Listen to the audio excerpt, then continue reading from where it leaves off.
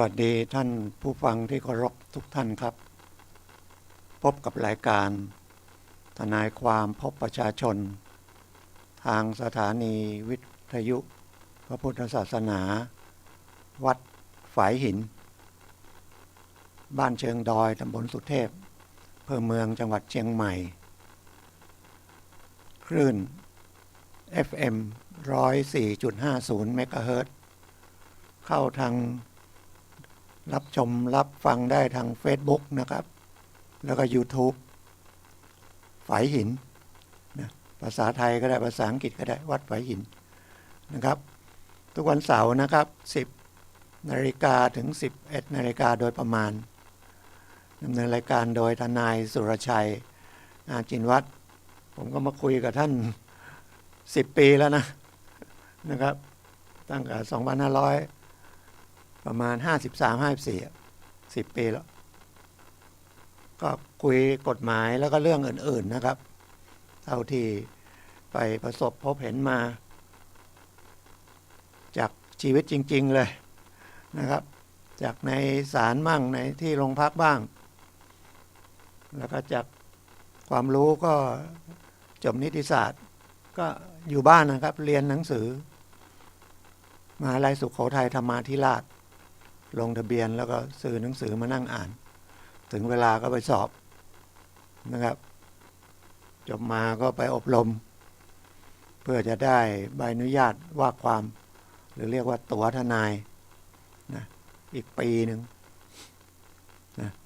เรียนนิติศาสตร์อยู่3 ปีพอดีผมอาวุธปริญญาตรีบริหารธุรกิจนะครับเขาก็ลดให้ปีหนึ่งหลักสูตรทั่วไปไม่เรียนกฎหมายเลยก็ผมใช้เวลา5 ปีนะครับเรียนมสท.นี่แหละบริหารธุรกิจก็ได้จากมสท.ต่อจากปวส.ซึ่งจบจากพาณิชย์พระนครที่กรุงเทพนะมหาวิทยาลัยตอนนี้ก็เป็นมหาวิทยาลัยราชมงคลวิทยาเขตนะครับเกี่ยวกับพาณิชยการนะครับอยู่กรุงเทพตอนนั้นเรียนนั่นก็เรียนปวชปวสที่ก่อนนี้ก็เป็นวิทยาลัยนะเด็กนะครับหรือเป็นโรงเรียนพาณิชย์นั่นนะพาณิชยการพระนครอยู่แถวนางเลิ้งใกล้ๆทำเนียบรัฐบาลเดี๋ยวนี้ก็ยังอยู่ที่เก่านะครับแต่เปลี่ยนเป็นมหาวิทยาลัยราชมงคลนะครับแล้วก็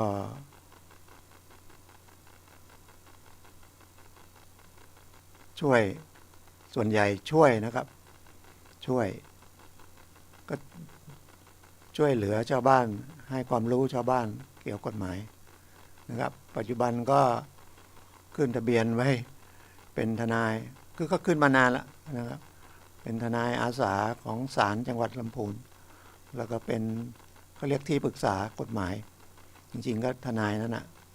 ที่ศาลเยาวชนครอบครัวลำพูนแล้วก็เป็นทนายอาสานั่งที่โรงพักกองเมืองสถานีตำรวจภูธรเมืองลำพูนอยู่ตรงต้นธงกับสถานีตำรวจภูธรนิคมอุตสาหกรรมก็อยู่ตำบลบ้านกลางใกล้ๆนิคมอุตสาหกรรมลำพูนนะครับไม่ใช่ไปนั่งทุกวันนะครับตอนแรกเกษียณมาผมก็มีบ้านอยู่ในตัวลำพูนมาทำออฟฟิศทนาย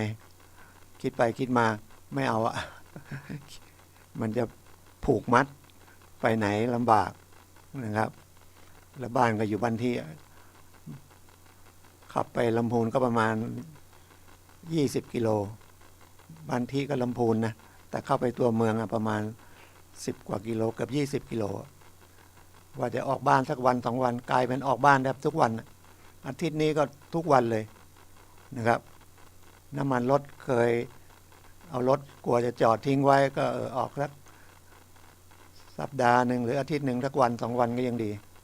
นะรถมันจะไม่เสื่อมเกินไปมาออกแทบทุกวันนะครับแล้วไป ได้เหตุการณ์อะไรเกี่ยวกับกฎหมายก็นำมาคุยกับท่านเนี่ยนะครับ หวังก็เป็นเอาประสบการณ์มาท่านมีปัญหาคล้ายๆคลึงๆกัน ก็จะได้เบาอกเบาใจนะครับ ว่ามันไม่หนักหนาสาหัสสากันอะไรเครียดเกินไปนะครับ มันเครียดเพราะเราไม่รู้แล้วเราก็ไปหวังนะเป็นเรียกว่าเป็นคนวิตกจริตก็ได้เหมือนผมอ่ะ จะไปติดต่อมันจะมีอะไรจะได้ไม่ได้เมื่อวานก็ไปส่งหมายที่โรงพยาบาลลำพูนนะหมายขอประวัติการรักษาอาการป่วยทางจิตของจำเลยนะครับจำเลยคนนี้เขาก็ถูกตั้งข้อหานะครับฆ่าคนตายนะโดยเจตนานะเรื่องเกิดตั้งแต่พฤษภาปีที่แล้วนะทำไมมันนานปกติมันไม่นานขนาดนี้นะครับสักไม่เกินหลังจากเกิดเหตุแล้วไม่เกิน3 เดือนก็ฟ้องศาลนะตำรวจสอบประมาณเดือน2 เดือนเต็มที่ส่งอัยการอีกเดือนนึงก็ขึ้นศาลก็คดีฆ่าคนตายนะมีโทษประหารชีวิตชั้นตำรวจก็จะต้องหาทนายมานั่งด้วยนะครับนี่คือกฎหมายนี่คือสิทธิ์นะครับที่เราจะได้ถ้าเรารู้นะครับจริงๆเขาก็ให้พนักงานสอบสวนนะถามมีทนายไหมนะครับถ้าไม่มีจะจัดหาให้เลยต้องเข้าใจว่าพูดอย่างเนี้ยเขาไม่ใช่ว่าจะไปเอาทนายแล้วต้องเสียสตังค์เสียเงินเสียทองเป็นทนายอาสาที่ขึ้นทะเบียนไว้กับสภาทนายสภานะครับสภาทนายความนี่แหละมีทนายตำรวจคือพนักงานสอบสวนเขาต้องติดต่อให้เรามานั่งหรือถ้าเป็นคดีเล็กๆน้อยๆไม่ถึงกับฆ่าคนตายเนี่ย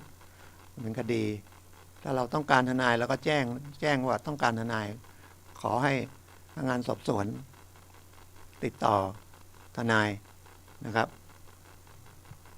เพราะว่ามันเป็นกฎหมายเอาว่าเป็นกฎหมายเลยขอเขาต้องจัดให้แล้วก็ไม่มีค่าใช้จ่ายส่วนถ้าเรามีทนายเองเราก็จ้างทนายไปนัดทนายไปนะครับอันนี้ผมพูดเพื่อสำหรับคนที่ไม่มีเงินจะไปจ้างทนายแล้วก็ไม่รู้จะไปหาทนายที่ไหนนะครับนอกจากมีทนายไปนั่งร่วมสอบสวนแล้วก็เอาคนไว้วางใจไปนั่งได้ด้วยนะจะเป็นพ่อแม่พี่น้องลูกเมียอะไรที่มีความขอให้มีความรู้หน่อยนะใช่ไปนั่งอย่างที่ผมบอกก็ไปนั่งเป็นพระอันดับไม่ได้ประโยชน์อะไรนะแต่ผมก็พูดตรงๆนะบางทีพนักงานสอบสวนก็จะมานั่งให้มันครบถ้วนตามที่กฎหมายบัญญัติแต่ไม่ได้รู้เรื่องรู้ราวอะไรแล้วก็เซ็นชื่อไปนะครับ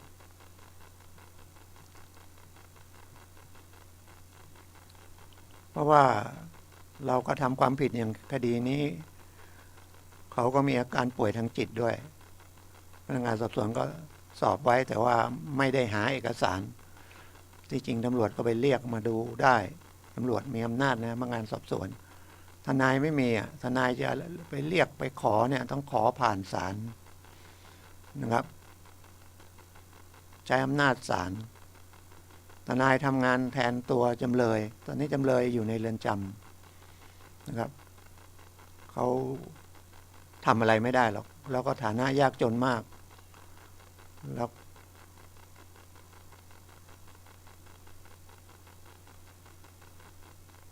มีอาการหวาดกลัวนะครับถ้ามันพิสูจน์แล้วก็ศาลเชื่อตรงนี้ได้ศาลก็จะลงโทษน้อยกว่านี้ได้เท่าไหร่ก็ได้อาจจะติดคุกสัก5 ปี10 ปีก็ได้นะครับเพราะว่าทำไปโดยไม่รู้ตัวแล้วก็ ถ้าเขาถูกกระทำก่อนนะมันอาจจะเป็นการป้องกันตัว แต่ทีนี้เขาพกมีดไปเนี่ยมันก็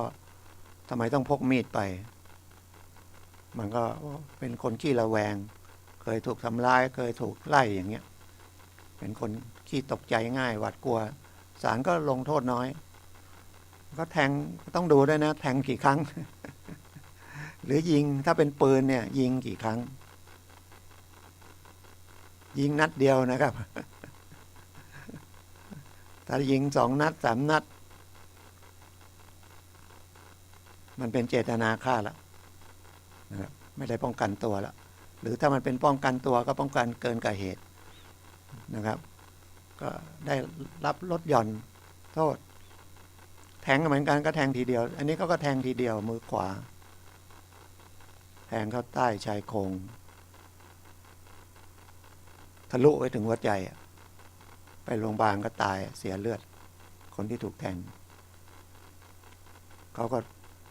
รู้สึกศีรษะแตกมั้งโดนเก้าอี้ฟาดอะไรอย่างเงี้ยอันนี้ก็ต้องไปทนายจำเลยโจทย์เขาก็ต้องเบิกความตามที่เขาสอบสวนได้นะครับมีใบชันสูตรนะมีแผนที่เกิดเหตุมีพยานจำเลยอยู่ในเรือนจำผมติดต่อไปทางพ่อแม่เขาที่ขอนแก่นเขาเป็นขอนแก่นก็ไม่ได้ส่งจดหมายไปก็ไม่ตอบตีกลับมาภรรยาก็เดี๋ยวผมจะเข้าไปหาอยู่ที่หนองช้างคืนนะครับผมก็พยายามหาประโยชน์ให้เขาได้รับประโยชน์ทางกฎหมายนะได้รับโทษน้อยไม่ใช่ช่วยอย่าไปมองผมว่าไปช่วยฆาตกรนะเขาไม่ได้เป็นฆาตกรนะครับตอนนี้ศาลยังไม่ได้ตัดสินแล้วก็มีเหตุนะครับแม้แต่จะตั้งใจยิงจริงๆอย่างที่เรียกว่าเป็นข่าวจะลงเป็นฆาตกรอย่างเงี้ยมันเหมือนมันก็ทำให้เราไม่รู้นะเหตุการณ์นะตรงนั้นทำไมเขาไปทำนะครับเขาก็มีความเป็นมนุษย์แต่ทำไมต้องทำแม้แต่คนที่เป็นมือปืนรับจ้างอย่างเงี้ยเราต้องเห็นอกเห็นใจกันนะครับเป็นมนุษย์เหมือนกันบางทีเราอยู่ในสถานะเนี่ยอย่างนั้นก็ได้นะครับโมโหขึ้นมาทันทีมีอาวุธนะครับแต่ไม่ใช่ว่าถูกทำร้ายร่างกายวิ่งกลับบ้านไปเอาปืนมาเอามีดมานะเอาปืนมายิงเอามีดดาบมาไล่ฟันนะอันนี้มันไม่ใช่ป้องกันตัวหรือบันดาลโทสะนะกฎหมายเขียนละเอียดนะครับว่าบันดาลโทสะมันก็ต้องปุ๊บปั๊บขึ้นมาเลยและเหตุมันต้องสมควรด้วยศาลก็จะลดหย่อนโทษให้นะครับเดี๋ยววันเขามีการคนที่ผมเล่าเนี่ยนะก็ตำรวจก็ยังสอบว่ารักษาพยาบาลที่ลำปางที่ขอนแก่นที่ลำพูนแล้วก็ที่สวนปรุงขอนแก่นผมคงไปยื่นไม่ไหวจริงๆต้องเอามายื่นเองเพราะว่าถ้าให้ส่งให้เจ้าหน้าที่ส่งให้ศาลส่งให้เนี่ยก็มีเจ้าหน้าที่ส่งก็ค่าใช้จ่ายเยอะนะครับแค่ในลำพูนถ้าตัวลำพูนก็อย่างน้อยก็400ไปลีก็เป็น800เป็น1,000แล้วนะไปขอนแก่นถ้าในเมืองมันก็ไม่กี่ร้อยนี่มันนอกเมืองชุมแพอะไรอย่างเงี้ยน่าจะหลายร้อยนะผมก็ต้องออกผมก็ใกล้ๆนี่ผมถือหนังสือมาขออนุญาตนะเมื่อวานก็ไปยื่นที่โรงพยาบาลลำพูนเดี๋ยววันนี้ว่าออกรายการวิทยุเสร็จว่าจะแวะไปที่โรงพยาบาลสวนปรุงนะผมกำลังเล่าเรื่องนะเวลาเราตกเป็นผู้ต้องหาหรือตกเป็นจำเลยสรุปนะครับเดี๋ยวฟังเกิดจับประเด็นไม่ได้ขอทนายได้นะครับขอทนายก็แจ้งที่พนักงานสอบสวนหรือแจ้งที่ศาลคือศาลถ้าเป็นคดีโทษถึงประหารชีวิตก็ต้องตั้งทนายให้อยู่แล้วนะครับแต่ถ้าเป็นมีโทษอย่างอื่น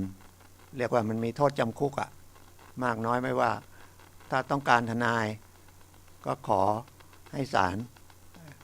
หลังจากตกเป็นจำเลยโดนฟ้องแล้วให้ศาลตั้งให้นะศาลก็ตั้งให้นะครับเพราะศาลมีงบนะทนายที่จะไปก็ทนายที่ขึ้นทะเบียนไว้นะครับเพราะว่าขึ้นมันไม่ใช่มันมีเยอะก็จะไล่ตามคิวไปแล้วก็ต้องดูว่าถ้าคดีร้ายแรงก็ต้องดูว่าทนายนะครับอย่างน้อยก็ต้องมีใบอนุญาต5 ปีขึ้นไปนะคือต้องมีประสบการณ์พอสมควรนะครับเป็นประโยชน์มากนะครับนะหรือแม้แต่ถูกจับแล้วเราต้องการขอปล่อยตัวชั่วคราวเดี๋ยวนี้ก็คือประกันตัวเดี๋ยวนี้ก็ไม่เข้มงวดเท่าไหร่นะครับคดีเล็กๆน้อยๆก็ไม่ต้องไปเช่าหลักทรัพย์ก็ได้นะครับเอาตัวเองประกันก็ได้แล้วก็ใส่กำไรนะครับพูดอย่างนี้ไม่รู้เดี๋ยวนายหน้าประกันได้ยินมาโกรธผมหรือเปล่าเขาเป็นอาชีพจริงๆเขาก็ไม่ได้มากนะเขาก็ช่วยเหลือเราแต่เขาก็10%ตามที่ศาลให้เป็นนายหน้าประกันต้องขึ้นทะเบียนนะครับกับศาลแล้วนอกจากเป็นบุคคลธรรมดาแล้วยังมีนิติบุคคลนะครับที่เป็นบริษัทประกันภัยก็ติดต่อบริษัทประกันภัยนะครับนะก็เขามีกฎมีระเบียบก็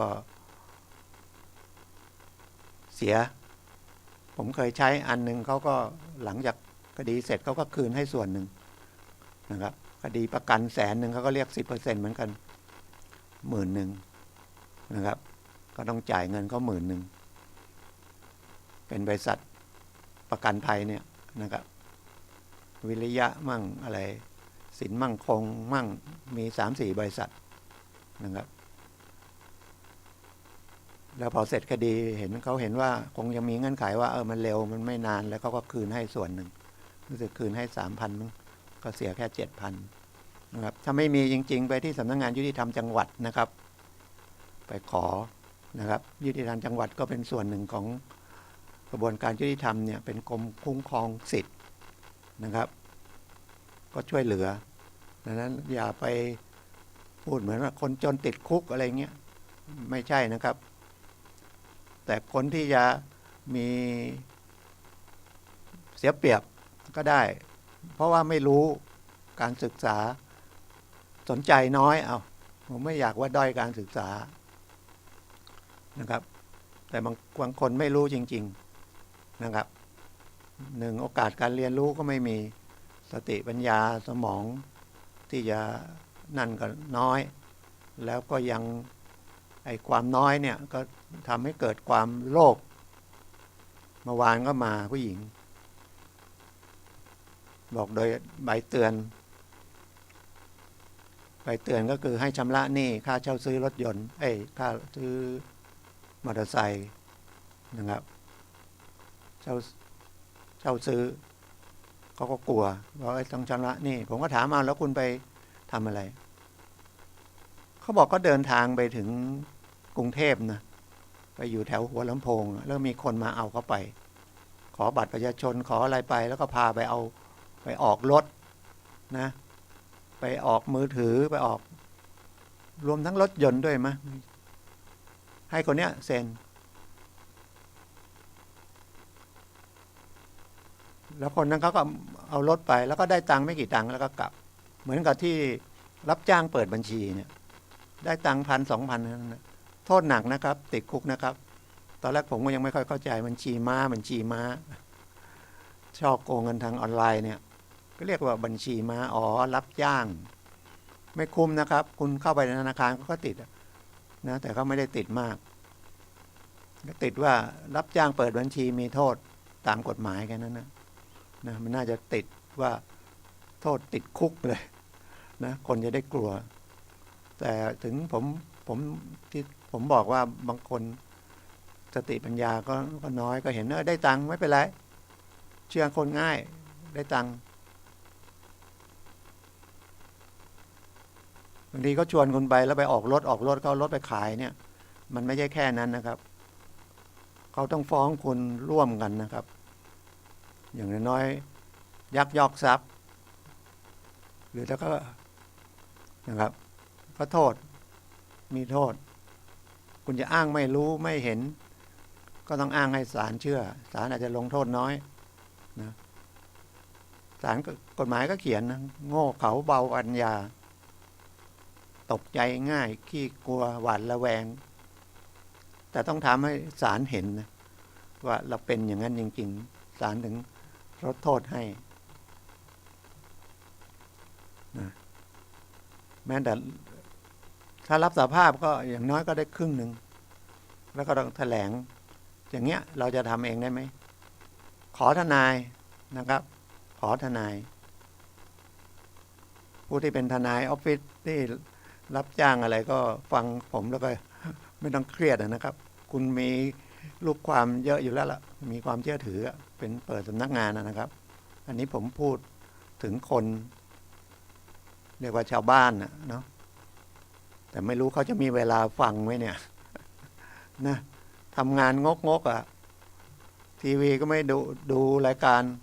ทีวีดูรายการสนุกสนานบันเทิงความรู้พอบอกกฎหมายก็เปลี่ยนนะครับอย่างคลื่น FM 104.50เนี่ยผมก็มาออกอย่างที่ผมบอก10 ปีแล้วก่อนก็มีคนโทรก็มามั่งก็ไปช่วยเหลือได้โทรได้นะครับ0896355649เบอร์เดิมนะครับ0896355649นะครับก็ให้คำปรึกษาได้นะครับช่วงกลางวันนะครับช่วงกลางวันนะครับโทรไปแล้วมันเบอร์แปลกๆบางทีผมยังไม่ได้รับนะคุณโทรมาก็พูดก่อนเลยนะผมได้มันไม่ใช่โดนหลอกทางออนไลน์นะครับธนาคารที่ผมบอกเมื่อเสาร์ที่แล้วว่ามี8ธนาคารเดี๋ยวนี้เขาเพิ่มมาเป็น12ธนาคารละแต่ธนาคารอะไรมั่งไม่รู้นะ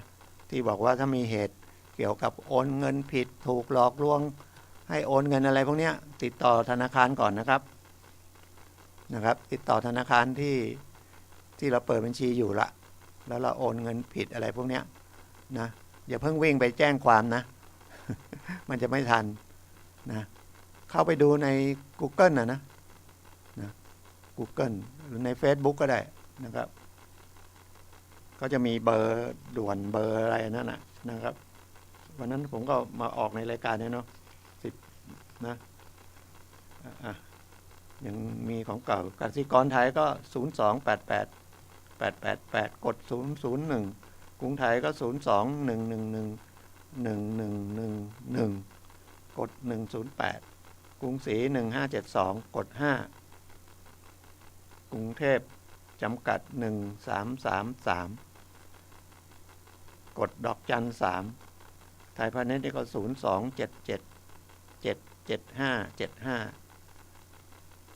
ทหารไทยธนชาติก็1428กด03ออมสิน1115กด0 CIMB 026267777กด00เข้าไปดู Google กันนะก็ว่านะก็ต้องสนใจนะมันเป็นเรื่องบรรเทาความเสียหายนะส่วนใหญ่ไปติดต่อธนาคารแม้แต่สมุดบัญชีหายก็มีหลายธนาคารที่ไม่ต้องไปแจ้งความแล้วผมยังนั่งนึกอยู่ว่าทำไมต้องไปแจ้งความหรือสมาคมชำนกิจสมุดหายสมุดประจำตัวหายก็ต้องให้ไปแจ้งความเรียนแบบมายังไงเดิมแจ้งความหมดแจ้งเป็นหลักฐานแจ้งเป็นหลักฐานก่อนมันได้นะคนไม่เยอะเท่าไหร่เขาแจ้งเดี๋ยวนี้คนเยอะบางคนเสียเวลาทั้งวันเลยเพื่อจะออกสมุดเงินฝากของตัวเองก็ธนาคารก็พิสูจน์ตัวตนได้แล้วก็บันทึกเลยทำหนังสือมานะครับคุณแจ้งว่าหายนะครับธนาคารไม่ร่วมรับผิดชอบอะไรกับคุณนะคุณรับผิดชอบเองนะให้เขาเซ็นไว้ไม่ต้องไปไล่ไปโรงพักไม่รู้เขามีความคิดมากกว่านี้ไหมเดี๋ยวผมไปดูดิมันเป็นยังไงกลับไปคุยกับเพื่อนที่ธกส.ดิส่วนใหญ่ธกส.นะให้มานะเดี๋ยวนี้เพราะเหตุอะไรผู้จัดการไม่เอาระเบียบเอาความเคยการปฏิบัติเคยไม่นึกถึงลูกค้านะแล้วคนที่ทำสมุดหายก็โดยมากอายุเยอะแล้วไปมาลำบาก ลูกหลานต้องมาส่งเนี่ยเสียงานเสียการหมดอะหรือสมาคมชาปนกิจของธกส.สมุดประจำตัวหายก็ต้องให้ไปแจ้งแล้วก็กลับมาก็เสีย20 บาทก็ออกสมุดจะทำให้เข็ดหลาบหรือไม่ใช่นะครับหลงลืมกันได้ก็ไม่แกล้งคุณก็ปรับขึ้นมาเป็น50 บาทอะคุณไม่ต้องไปโรงพักอะปรับก็เขียนบันทึกอย่างที่ผมบอกนะข้าพเจ้าทำสมุดหายนะครับยกเว้นเขาคิดว่าคนอื่นจะเอาสมุดไปทำความเสียหายนั่นก็อีกเรื่องหนึ่งเป็นเหตุของเขาสมุดหายเขาก็ต้องมาแจ้งว่ากลัวคนเอาสมุดไปใช้จริงๆเป็นมันก็อีกส่วนหนึ่งนะแต่ไม่ใช่ไปธนาคารก็พอถามสมุดหายไล่เลยนะก็กันตัวผมว่ากันตัวนะคือให้ตำรวจกรองแล้วมีอะไรคุณก็รับผิดชอบไปนะคุณจะไปแจ้งว่ามันไม่หายมันเป็นแจ้งเท็จอะไรเลยมันไม่ถึงขนาดนั้นนะครับคุณลองไปโรงพักมั่งไปแจ้งเอกสารหายมันเสียเวลาแม้แต่โรงพักก็จะทำเร็วมากเลยนะใช้เครื่องคอมพิวเตอร์แล้วโรงเรียนก็เหมือนกันเอกสารการเรียนวุฒิการศึกษาหายไล่มาอีกไม่รู้นะความคิดผมอาจจะเพี้ยนไปมั้งไม่เป็นชาวบ้านก็คือสงสารคนมานั่งเสียเวลาเพราะผมไปศาลก็ไปนั่งจริงๆนั่งเสียเวลาแต่ก็เพื่อประโยชน์ลูกความนะครับมันไม่ใช่ไปปุ๊บได้ปรับวันก่อนก็ไปนะครับเดี๋ยวนี้มีนัดกลางคืนนะครับเรียกไนท์คอร์ดหลังเลิกทำงานก็ดีนะครับคดีเล็กๆน้อยๆคดีไม่ยุ่งยากศาลก็จะนัดให้เร็วแต่ว่าทำงานนอกเวลาให้นะครับเราก็ต้องไปก่อนไปศาลแล้วก็ต้องไปก่อนนะครับแต่ก็ยังดีเป็นตอนเย็นนะครับยันเลิกงาน4:30เราก็ต้องไป3:00นะหรือศาลนัด9:00เงี้ยเราก็ต้องไปก่อน9:00นะศาลอาจจะออก9:30อย่างเร็วเนาะแต่บางท่านก็9:00นิดก็ออกละนะนัด9:00 แล้วก็ไป9:00นัดบ่ายเราก็ต้องไปเที่ยงแล้วไม่ใช่มีกรณีของเราหรือนะคดีของเราอย่างเดียวบัลลังก์หนึ่งเป็น10 คดีก็มีนะครับ10 นาทีคนละ20 นาทีก็200 นาทีก็3-4 ชั่วโมงนะครับในคดีธรรมดาถ้าสืบก็ว่ากันอีกทีสืบพยานนี่เฉพาะคดีเลยแต่ถ้ายังไม่ได้สืบคดีหรือนะครับยังไม่ได้นัดสืบพยานอย่างนี้เป็นนัดพร้อมอย่างนี้โหไปวันจันทร์อย่างเดียวนะอย่างตลาดนัดเลยเต็มไปหมดเลยครับที่จอดรถก็จะไม่พอนะมี10 บัลลังก์20 บัลลังก์ก็บัลลังก์ก็เป็น10 คดีเต็มหมดเลยนะครับโรงพักก็เหมือนกันนะครับก็ทนายความพบประชาชนก็คุยเรื่องกฎหมายเรื่องนะทนายแล้วก็เกี่ยวกับชีวิตประจำวันนี่แหละอีกคดีหนึ่งก็เกี่ยวกับรถชนอันนี้บอกเพื่อเป็นประโยชน์ของที่เราไปชนเขานะแล้วก็เป็นประโยชน์ของคนที่ถูกชนด้วยฟังดีๆก็แล้วกันการขับรถไปเฉี่ยวชนกันเนี่ยมันถือว่าเป็นความประมาทคุณก็อาจจะถูกปรับทางกฎหมายจราจรนะครับแล้วสำคัญส่วนใหญ่ถ้ามันมีบาดเจ็บแต่มีพรบจากคนที่ถูกชนคันที่ชนอย่างเงี้ยนะครับก็ได้รับการเยียวยารักษาพยาบาลตามพรบคุ้มครองผู้ประสบภัยจากรถที่เราซื้อนะรถยนต์ก็ประมาณ800ปิกอัพก็900 1,000รถตู้1,000 กว่าบาทอะไรพวกนี้ต้องซื้อนะครับจักรยานยนต์ก็300-400นะส่วนใหญ่พอเก่าแล้วทะเบียนก็ไม่ต่อพรบก็ไม่มีพอไป ล้มเองขี่ชนต้นไม้เองก็ไม่มีใครเยียวยาละครับพรบไม่ได้ไม่มีพรบคุณไม่ยอมเสียตังค์ถ้ามัน300ก็เท่ากับวันละบาทนะบอกว่าขี่มาตั้ง10 ปีแล้วไม่มีเรื่องเลยก็บุญแล้วไงนะครับจะอยากให้มันมีเรื่องจะได้พรบเลยนะครับแต่ที่ผมเห็นมันไม่อย่างนั้นนะกำลังจะไปต่อพรบก็โดนชนตายนะครับเดี๋ยวตัดหน้าแล้วก็เป็นฝ่ายผิดด้วยแต่มีพรบถ้าเป็นฝ่ายผิดก็ได้ไม่เยอะนะครับเป็นระดับหมื่นแต่ถ้าไม่ผิดก็ได้หลายแสนนะครับไม่ใช่ว่าไปซื้อประกันซื้ออะไรเท่ากับเฮ้ยฉันไม่ขับรถดีไม่ชนหรอกเขาบังคับเลยนะครับดังนั้นก็ไม่ต่อภาษีให้ไม่ต่อภาษียังไม่เป็นไรก็ขับไปก็โดนปรับโดนจับได้แต่ไม่มีพรบจริงๆก็ไปซื้อพรบแล้วยังไม่ต่อภาษีก็ได้นี่เนาะลองดูดิเขาขายให้คนขายพรบขายให้ทั้งนั้นนะครับอันนี้มาถามก็คือรถยนต์เนี่ยไม่น่าให้ใครยืมใช้นะเพราะว่าถ้าไปเกิดเหตุไปเฉียวชนเขาแล้วผู้ขับ ผู้ขับขี่ผิดด้วยนะครับเจ้าของรถก็ผิดด้วยต้องร่วมรับการรับผิดในทางแพ่งเรียกว่าละเมิดตามประมวลกฎหมายแพ่งพาณิชย์มาตรา420เนี่ยจงใจหรือประมาทมันเลิศทำให้เขาเสียหายทรัพย์สินเสียหายเสียชื่อเสียงเสียหลายอย่างนะก็เป็นเรื่องของละเมิดก็ต้องชดใช้ค่าเสียหายนะครับแต่ระวังไอ้ตัว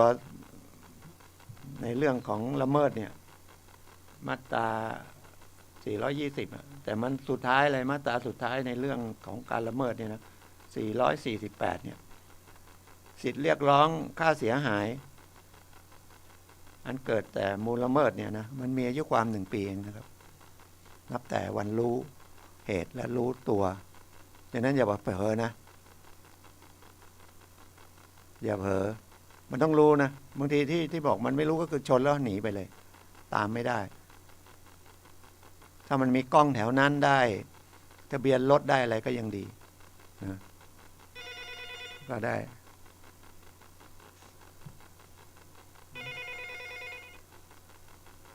โทรศัพท์เข้าผมจะรับยังไงฮัลโหลฮัลโหลเดี๋ยวก่อนนะฮัลโหลครับสอบถามทาง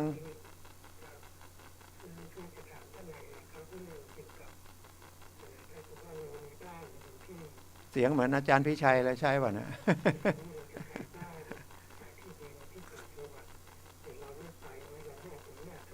มอบอำนาจได้แต่ต้องไว้ใจคนมอบอำนาจนะเดี๋ยวเขาไปรับเงินรับทองได้ครับมอบอำนาจได้ไปทำที่ดินนะครับไปทำที่ดินนะครับมอบอำนาจไปขอทำนะเสีย20 บาทเองไปติดต่อที่ดินที่เราอยู่เนี่ยใกล้ๆบ้านเราเนี่ยเอาโฉนดไปแล้วไปติดต่อพนักงานที่สำนักงานที่ดินใกล้ๆบ้านนะไม่ใช่เอาโฉนดไปบอกเนี่ยฉันจะมอบอำนาจคนเนี้ยไปเอาคนมอบอำนาจไปด้วยเขาจะได้ตรวจสอบว่ามันถูกต้องแล้วถือไปที่นู่นเขาจะไม่ได้เถียงว่าใบมอบอำนาจจริงไม่จริงอะไรนะครับเป็นประโยชน์นะครับแล้วก็ถือไปแล้วเรื่องเงินเรื่องทองยังไง ไว้ใจได้นะผมห่วงเอาเงินไปแล้วหายไปเลย นะหรือจะให้เขาโอนเงิน หรือให้เขาซื้อดับซื้อเช็คถ้าซื้อแคชเชียร์เช็คก็ได้นะเป็นชื่อเราลองศึกษาดีๆนะปรึกษาที่ดินนะครับเพื่อความปลอดภัยนะครับที่ดินที่ใกล้ๆบ้านเราเนี่ยนะโอเคนะครับครับสวัสดีครับก็แสดงว่ามีคนฟังนะครับแล้วก็โทรเข้ามาก็เป็นประโยชน์นะครับบางทีทำไมผมไม่แนะนำไปที่ผมเป็นทนายน่าจะแนะนำไปหาทนายเนาะ ผมแนะนำไปสำนักงานที่ดินนะมันชัวร์เขาจะเขียนถูกต้องเลยนะครับเพราะว่าเขามีแบบพิมพ์แล้วก็มันมีมอบอำนาจ2อย่างนะครับเป็นโฉนดอย่างหนึ่งเป็นน.สามอย่างหนึ่งฉะนั้นก็เอาตัวโฉนดไปเขาดูเลยว่าเราจะทำมอบอำนาจแต่จริงๆจดทะเบียนซื้อขายต่างที่ได้นะครับเมื่อกี้ผมลืมไปนะครับคุณที่ดินอาจจะอยู่เชียงรายเนี่ยไม่อยากไปนะคุณทำที่เชียงใหม่ได้นะครับทำที่เชียงใหม่นี่แหละที่สำนักงานเชียงใหม่ที่ดินเชียงใหม่นี่แหละใกล้ๆบ้านเนี่ยเขาจะสอบถามอะไรเรียบร้อยแล้วเสร็จแล้วเขาส่งไปที่เชียงรายเสียเวลาหน่อยนะครับลองติดต่อหาข้อมูลนี่สำคัญนะครับความรู้เนี่ยจะทำให้เราเสียเวลาน้อยแล้วก็เราปลอดภัยเขาเรียกจดทะเบียนข้ามเขตกันอย่างเงี้ยได้นะครับเขาจะสอบเราเรียบร้อยเราเตรียมเอกสารให้เสร็จเลยนะครับคุณจะรับเงินรับทองอะไรก็รับเรียบร้อยเลยแล้วก็จะส่งเอกสารทั้งหมดทั้งชุดอะที่ของเชียงรายเนี่ยที่ดินตั้งอยู่เชียงรายนะแต่ทำที่เชียงใหม่แล้วก็ส่งไปที่เชียงรายนายทะเบียนที่ดินหัวหน้าที่ดินก็เซ็นเอกสารแก้อะไรเสร็จหรือจะให้ผู้ซื้อถือใบก็ได้นะครับก็ทำให้ได้นะลองติดต่อดูนะครับมันหน่วยงานราชการเดี๋ยวนี้เขาก็บริหารการประชาชนเยอะแยะเลยนะครับไปติดต่อไม่ยากแล้วครับไม่ยากนะครับก็น่าจะเป็นประโยชน์ก็ประมาณเนี้ยที่ผมมาออกวิทยุเพื่ออยากเป็นประโยชน์นะครับเกี่ยวกับเรื่องกฎหมายมันเกี่ยวข้องไปหมดนะครับเกี่ยวข้องไปหมดเมื่อกี้คุยเรื่องรถยนต์นะครับไปเฉี่ยวชนกันเนี่ยถ้าเราเป็นเจ้าของรถเนี่ยเราต้องสืบหาผู้ทำมาชนเราให้ได้นะแต่ถ้าเขาชนแล้วอยู่ไปโรงพักก็บันทึกนะครับเขาก็จะโดนปรับนะครับถ้าเรียกร้องเงินเขาพอมีก็จ่ายกันหน้าตำรวจเลยก็จบแล้วเราก็รถไปซ่อมนะครับเราก็เรียกเขาก็ไม่นั่นเขาก็จะเรียกเรียกอะไรมาตีราคานะครับแต่บางมันที่มันมีปัญหาก็คือตกลงผมรับผิดเสียหายกันนี้เดี๋ยวผมรับใช้ไม่รับใช้แต่อย่างนี้มันยังแจ้งความไว้อายุความมันยังมีอยู่แต่ต้องภายใน1 ปีไปฟ้องแพ่งเอาเอง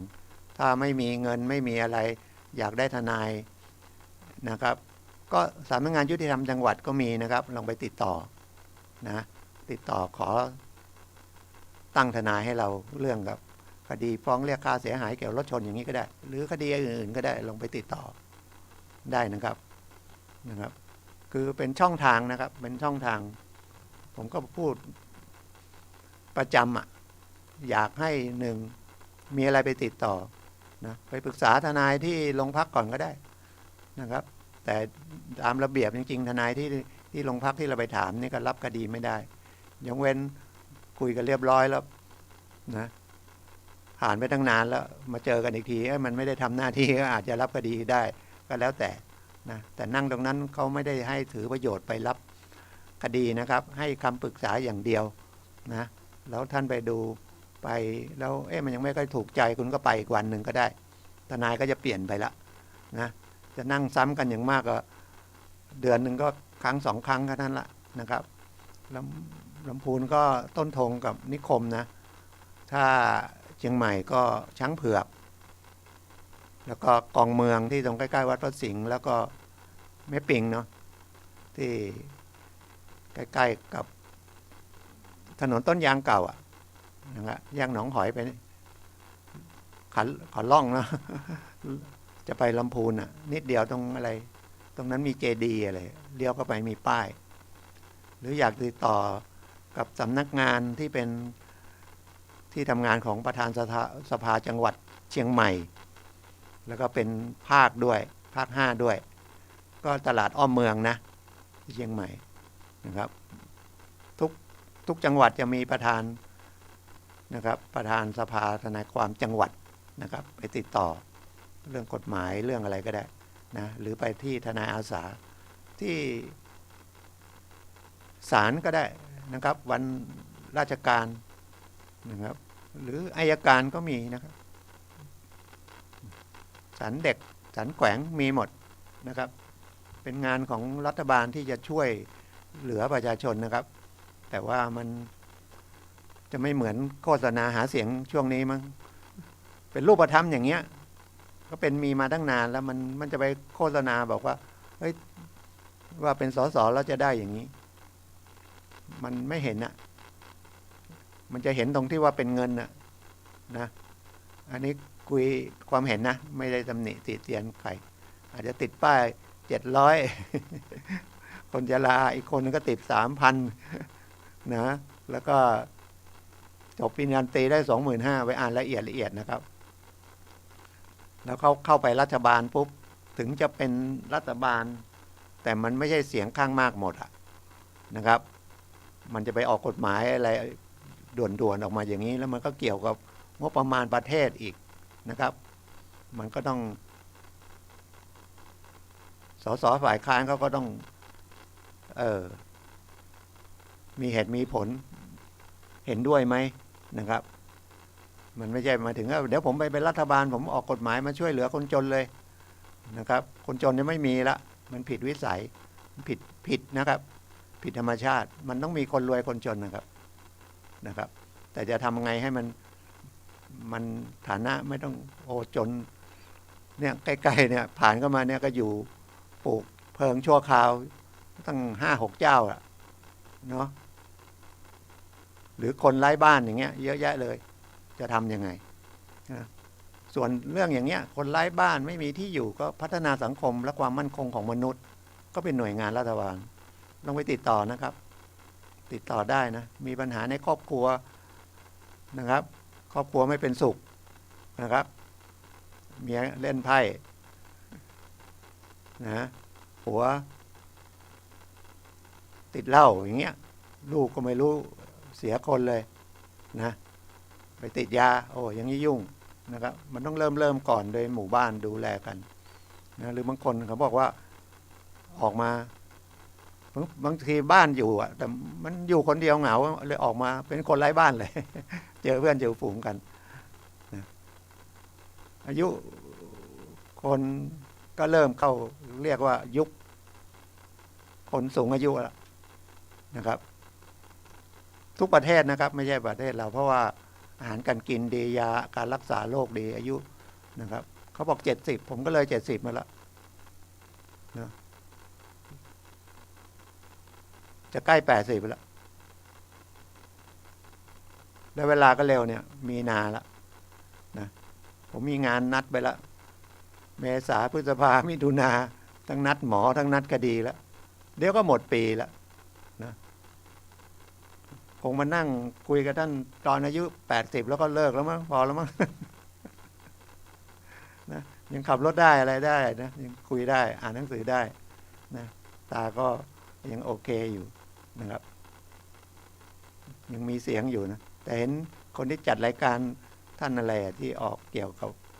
อภิธรรมนั่นก็อายุ80 กว่าแล้วนะออกรายการเนี่ยวัดไผ่หินเนี่ยนะหรือท่านอาจารย์เกษตรเพชรสำลิดเนี่ยก็70แล้วมั้งนะ70 กว่าละนะก็เป็นความสุขอย่างหนึ่งอย่างนี้ก็ได้นะครับมาให้ประโยชน์ของคนอื่นนะครับเป็นประโยชน์ได้ไม่ใช่เป็นประโยชน์แต่ตัวเองเป็นประโยชน์ตัวเองก็กลับเข้ามาก็คือเราได้ช่วยเหลือคนอื่นได้มากน้อยก็ตามกำลังนะครับโดยเฉพาะเรื่องของวิชาความรู้ผมไม่ห่วงนะถามอะไรก็ได้นะครับถามเกี่ยวกับจะเป็นเรื่องกฎหมายหรือเรื่องอื่นๆก็ได้ไม่ได้คนมาถามผมก็ต้องกลับไปอ่านไปค้นคว้ามาตอบนะครับก็ทำให้ผมมีความรู้เพิ่มเรื่อยๆอย่างเขามาถามวันนั้นถามเรื่องรถชนเนี่ยไม่แน่ใจว่าอายุความมันปีหรือ2 ปีเมื่อเช้าก็เปิด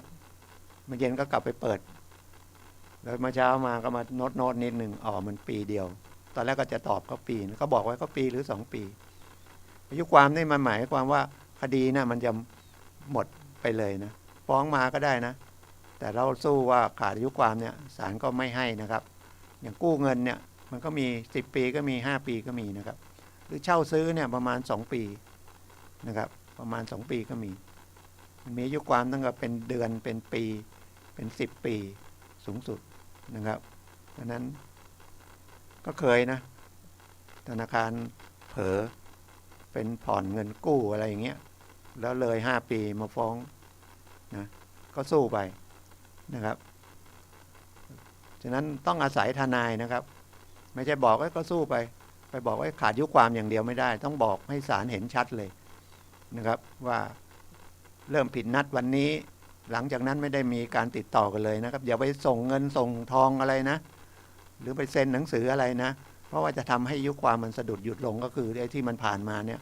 มันเสียมันไม่นับนะครับไม่นับผ่านมาจะครบละ5 ปีเกิดก็บอกไม่เป็นไร100 เดียวก็ส่งได้เราไปส่งเนี่ยเขาก็จะเริ่มนับใหม่ตั้งแต่ที่เราส่งเงิน100นี่แหละอันนี้เป็นประโยชน์ทางกฎหมายนะไม่ใช่ว่าสอนโกงเขานะมีก็ต้องใช้นะครับไม่ใช่ว่าเอาโอกาสอยู่ที่เจตนาท่านนะผมไม่ได้มีเจตนาที่ว่าให้คุณไม่ชำระหนี้หรือถือหลักกฎหมายแต่กฎหมายเป็นอย่างนี้ผมบอกตรงๆอย่างนี้นะครับก็ทุกวันเสาร์นะครับก็พบกันเมื่อกี้อย่างคดีรถชนน่ะเพื่อนยืมไปแล้วเพื่อนก็เอามาคืนเลยไปชนเขาอะฉะนั้นบางทีที่เพื่อเราปลอดภัยหน่อยก็ซื้อประกันชั้น3ก็ยังดีนะหรือเดี๋ยวนี้เห็นประกันชั้น1ก็เบี้ยไม่กี่พันนะเพราะว่าเขาบอกว่าเอาตามกิโลที่วิ่งก็ดีนะบางคนซื้อแล้วไม่ก็ได้ใช้รถประกันชั้น1มันก็คุ้มครองหมดรถหายไฟไหม้จะชนมีคู่กรณีหรือไม่มีคู่กรณีก็ซ่อมให้ชั้น2ก็ย่อมลงไปหน่อย